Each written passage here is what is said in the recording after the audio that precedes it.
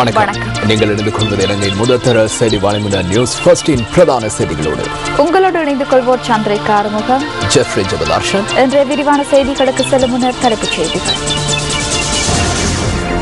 தென்மேற்கு பகுதியில் மீண்டும் மழை பெய்வதற்கும் காற்று வீசுவதற்கும் சாத்தியம் உள்ளதாக வளிமண்டலவியல் திணைக்களம் தெரிவிப்பு. சீரற்ற வானிலையினால் உயிரிழந்தவர்களின் எண்ணிக்கை அதிகரிப்பு.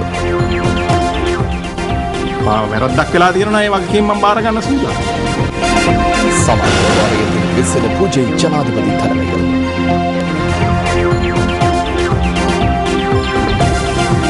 அம்பலப்பட்டிய பிரதேச சபையின் தலைவர் மீண்டும் விளக்கமறியலை.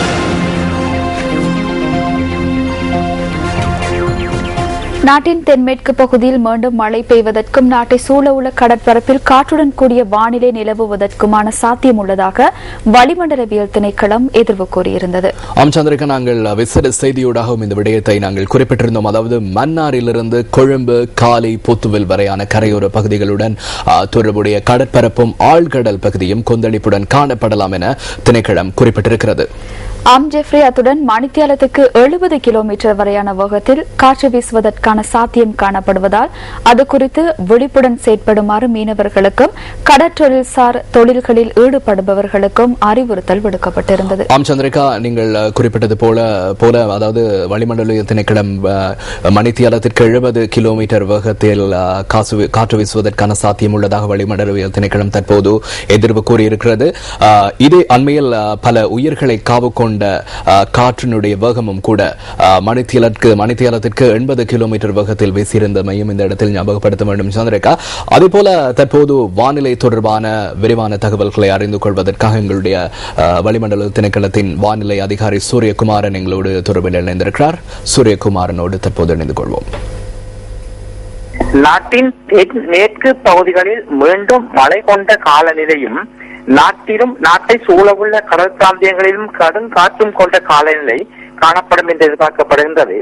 மேற்கு சப்ரகமுவ, மத்திய, தெற்கு மாகாணங்களின் சில பகுதிகளிலும் புத்தளம், குர்நாகல் மாவட்டத்தின் சில பகுதிகளிலும் மழை காணப்படும். தென்மேற்கு பருவப்பெயர்ச்சி காற்று வலுவான நிலையில் காணப்படுவதனால் இடையிடையே நாட்டில் காற்றும் வீசும். முக்கியமாக மத்திய மலை பிரதேசத்தின் மேற்கு சரிவுகளிலும் காற்று வீசும். கடல் பிராந்தியங்களில் மன்னார் முதல் கொழும்பு, காலி ஊடான பொத்துவில் வரையான ஆழ்கடல் பிரதேசங்களில் கடும் காற்று வீசுவதுடன் அங்கும் ஆபத்தான கொந்தளிப்பான நிலையும் காணப்படுவதனால் மீனவர் சமூகம் மற்றும் கடல்சார் தொழிலாளர்கள் தமது கடல் நடக்கையின் போது அவதானத்துடன் செயற்படும்படி கேட்டுக்கொள்கின்றார்கள். சில சந்தர்ப்பங்களில் கடல் பிராந்தியங்களில் காற்றின் வேகமானது மணித்தியாலத்துக்கு 70 கிலோமீட்டர் வரை அதிகரித்து வீசலாம் என்று எதிர்பார்க்கப்படுகின்றது.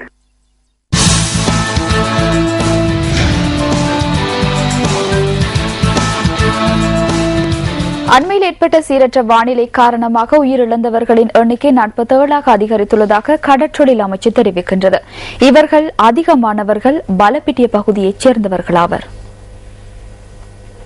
அனர்த்தத்தின் போது காணாமல் போன பலப்பட்டிய மகாவீதியைச் சேர்ந்த PR ரணதேவ என்ற மீனவர் தொடர்பான தகவல்கள் இதுவரை கிடைக்கவில்லை. 63 வயதான இவர் 4 பிள்ளைகளின் தந்தையாவார். எதிர்காலத்திலாவது இவ்வாறான ஆபத்துகளை தவிர்ப்பதற்கான முறைமைகளை அறிவிக்குமாறு கேட்டுக்கொள்கிறேன். இதேவேளை நேற்று மாலை அம்பலாங்குடியில் கரையொதுங்கிய மீனவர்களின் சடலங்கள் பலப்பட்டிய வைத்தியசாலையின் பிரேத அறையில் வைக்கப்பட்டுள்ளன. அந்த சடலங்கள் இதுவரை அடையாளம் காணப்படவில்லை என எமது செய்தியாளர் குறிப்பிட்டார்.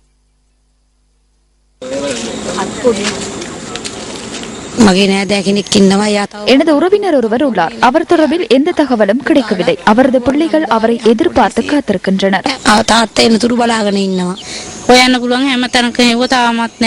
தேடக்கூடிய அனைத்து இடங்களிலும் தேடினோம். இதுவரை கிடைக்கவில்லை. 4 பிள்ளைகள் உள்ளனர். இளைய பிள்ளைக்கு 3 மாதங்களே ஆகின்றது. பலப்பட்டிய மொஹட்டிவத்த குணானந்த மாவட்டத்தை சேர்ந்த அனில் சாந்தடி சில்வாவின் புத உடல் தற்போது அன்னாரின் வீட்டில் வைக்கப்பட்டுள்ளது. 43 வயதான இவர் 3 பிள்ளைகளின் தந்தையாவார். மகோன மாதில் கந்த பகுதியிலிருந்து கடலுக்கு சென்று நேற்று கரையொதுங்கிய கெடி சனக பிரியந்தவின் இறுதிக்கிரியைகள் இன்று இடம்பெற்றன. 35 வயதான இவர் 3 பிள்ளைகளின் தந்தையாவார்.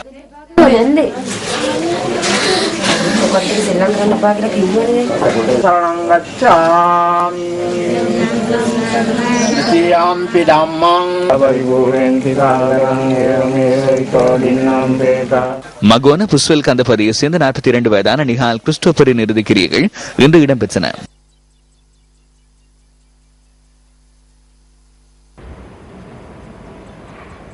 இதேவேளை பம்பலப்பட்டிய மரையன் வீதி கரையில் இன்று காலை மீனவர் ஒருவரின் சடலம் கரையொதுங்கியதாக போலீசார் தெரிவித்தனர்.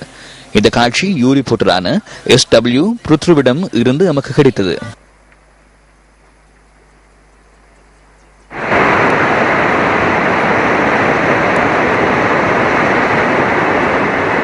இது சடலம் தெய்வல ஃபியாலைன் மாவட்டத்தை சேர்ந்த ஒரே பெருமை அஜித்தினுடையது என அடையாளம் காணப்பட்டுள்ளது. 40 வயதான இவர் 3 பிள்ளைகளின் தந்தையாவார்.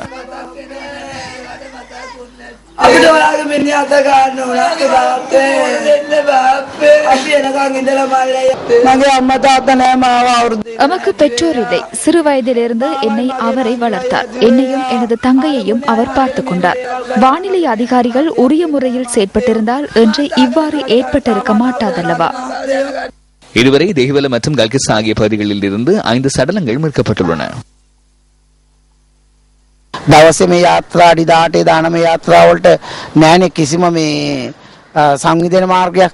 18 அல்லது 19 அடி படகுகளுக்கு தொடர்பாடல் முறை ஒன்று இல்லை. அவர்கள் புறப்பட்டு சென்ற பின்னர் காற்றில் சிக்கியுள்ளனர். அதே போன்று மீன்பிடி உபகரணங்களும் காணாமல் போயுள்ளன. எனவே இறுதியில் மீனவர்களின் குடும்பங்கள் மாத்திரமே எஞ்சியுள்ளன. මාගේ සමිතියේ ජීවන සමාජිකයන් 68 දෙනෙක් ඉන්නවා. எமது சங்கத்தில் 68 உறுப்பினர்கள் உள்ளனர். அவர்களது அனைத்து உபகரணங்களும் அழிவடைந்துள்ளன. இவர்கள் அனைவரும் அரசாங்கத்தில் பதிவு செய்யப்பட்டவர்கள். විනාශ වෙලා තියෙනවා. ඔවුන් සියලු දෙනාම රජයේ ලියාපදිංචි වෙච්ච දීවරේ.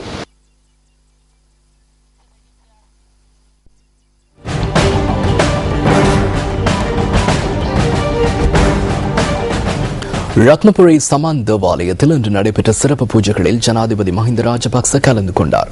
சபரகம மகா சமான் தேவாலயத்தின் பஸ் நாயக்க நிலைமை சுனில் சாந்த் வீரசேகரவின் 7 ஆண்டு சேவை காலத்தை முன்னிட்டு இந்த பூஜைகள் ஏற்பாடு செய்யப்பட்டிருந்தன. சமான் தேவாலயத்தில் புதிதாக நிர்மாணிக்கப்பட்டுள்ள 3 அடி கட்டிடம் மற்றும் தொல்பொருள் நூதன சாலை ஆகியவற்றையும் இதன்போது ஜனாதிபதி திறந்து வைத்தார். இந்த கட்டிடங்களில் தகவல் தொழில்நுட்ப மத்திய நிலையம், கருத்தரங்கு மண்டபம் மற்றும் உணவகம் ஆகியன உள்ளடங்குகின்றன. 2600வது ஸ்ரீ சம்புதத்துவ ஜெயந்தியை முன்னிட்டு நிர்மாணிக்கப்பட்ட நினைவு தூபியும் ஜனாதிபதியால் திறந்து வைக்கப்பட்டுள்ளது. இந்த நிகழ்வில் ஸ்ரீபாத விகாராதிபதி பொங்கமுவே தம்மதின்ன தேரர், மல்வத்து பீடத்தின் அனுநாயக்கர் நியாங்குட விஜித்த ஸ்ரீ தேரர் உள்ளிட்ட மகா சங்கத்தினரும் கலந்து கொண்டனர்.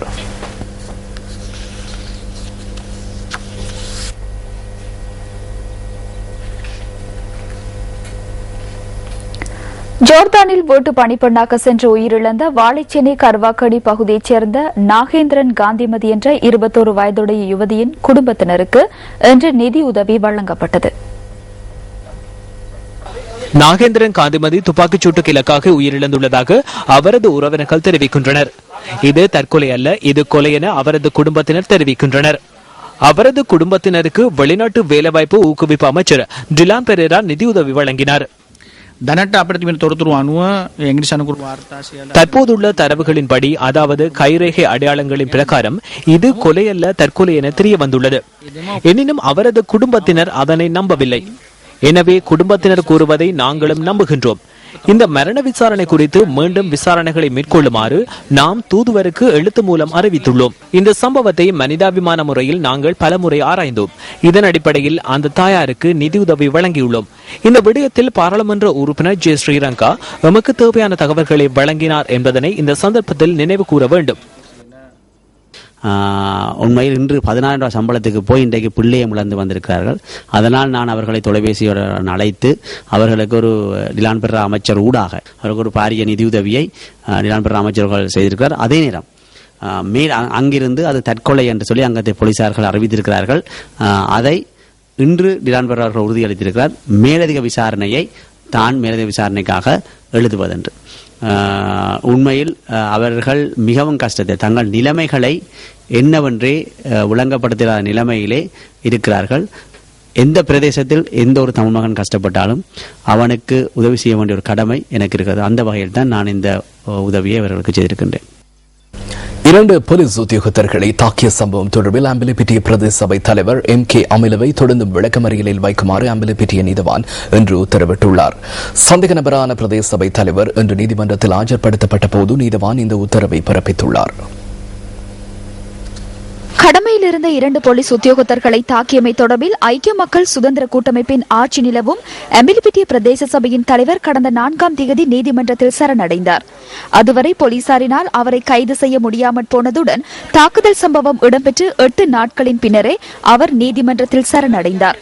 இந்த சம்பவம் தொடர்பில் சுடுகலன் சட்டத்தின் கீழ் குற்றச்சாட்டுகளை சுமத்துவதா என்ற விடயம் தொடர்பில் உயர் போலீஸ் அதிகாரிகளிடம் அறிக்கை பெற்றுக் கொள்வதற்கு போதுமான அளவு நேரம் கிடைக்காமையால் அதனை நீதிமன்றத்தில் சமர்ப்பிப்பதற்காக போலீசார் 1 வார கால அவகாசம் கோரியுள்ளனர். சம்பவத்துடன் தொடர்புடைய மேலும் 2 சந்தேக நபர்கள் கைது செய்யப்பட உள்ளதாகவும் துப்பாக்கி மற்றும் கார் ஆகியவற்றை கைப்பற்ற வேண்டியுள்ளதாகவும் போலீசார் நீதிமன்றத்தில் அறிவித்துள்ளனர். போலீசார் மீது தாக்குதல் மேற்கொள்ளப்பட்ட இடத்திலிருந்து பெறப்பட்ட இரத்த கரையை இரத்த மாதிரி பரிசோதனைக்கு உட்படுத்தவும் போலீசார் நீதிமன்றத்தின் அனுமதியை கோரியுள்ளனர். சுடுகலன் சட்டத்தின் கீழ் அடுத்த கட்ட நடவடிக்கைகளை மேற்கொள்ள முடியாது என்பதால் சந்தேக நபருக்கு பிணை வழங்குமாறு அவர் சார்பில் ஆஜரான சட்டத்தரணி நீதிமன்றத்தில் வேண்டுகோள் விடுத்துள்ளார். சட்டத்தரணியின் வேண்டுகோளை நிராகரித்த அம்பிலிப்பிட்டி நீதவான் தினேஷ் பெரேரா சந்தேக நபரை எதிர்வரும் 18ஆம் தேதி வரை தொடர்ந்தும் விளக்கமறியலில் வைக்குமாறு உத்தரவிட்டுள்ளார். மத்தள விமான நிலையத்தினை விமானங்களை திருத்தும் நிலையமாக அபிவிருத்தி செய்ய உள்ளதாக சிவில் விமான சேவைகள் அமைச்சர் பிரியங்கர ஜரத்ன தெரிவிக்கின்றார். மத்தள விமான நிலையத்தில் இன்று நடைபெற்ற நிகழ்வு ஒன்றில் கலந்து கொண்டு உரையாற்றிய போதே அமைச்சர் இதனை கூறினார். சிவில் விமான சேவை அதிகார சபையின் கிளை அலுவலகம் ஒன்றை அமைப்பதற்கான அடிக்கல் நாட்டும் நிகழ்வு சபாநாயகர் சமல் ராஜபக்சவின் தலைமையில் நடைபெற்றது.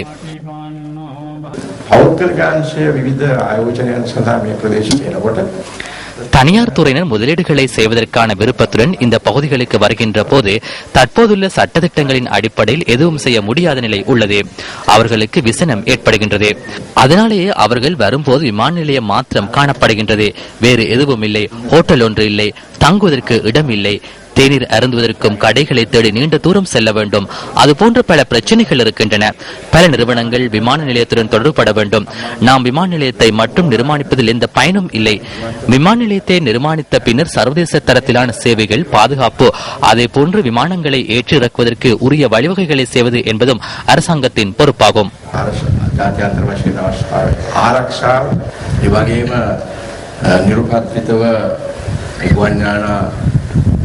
බැස්වීම නැගවීම සහ ඒ සියලු දේවල්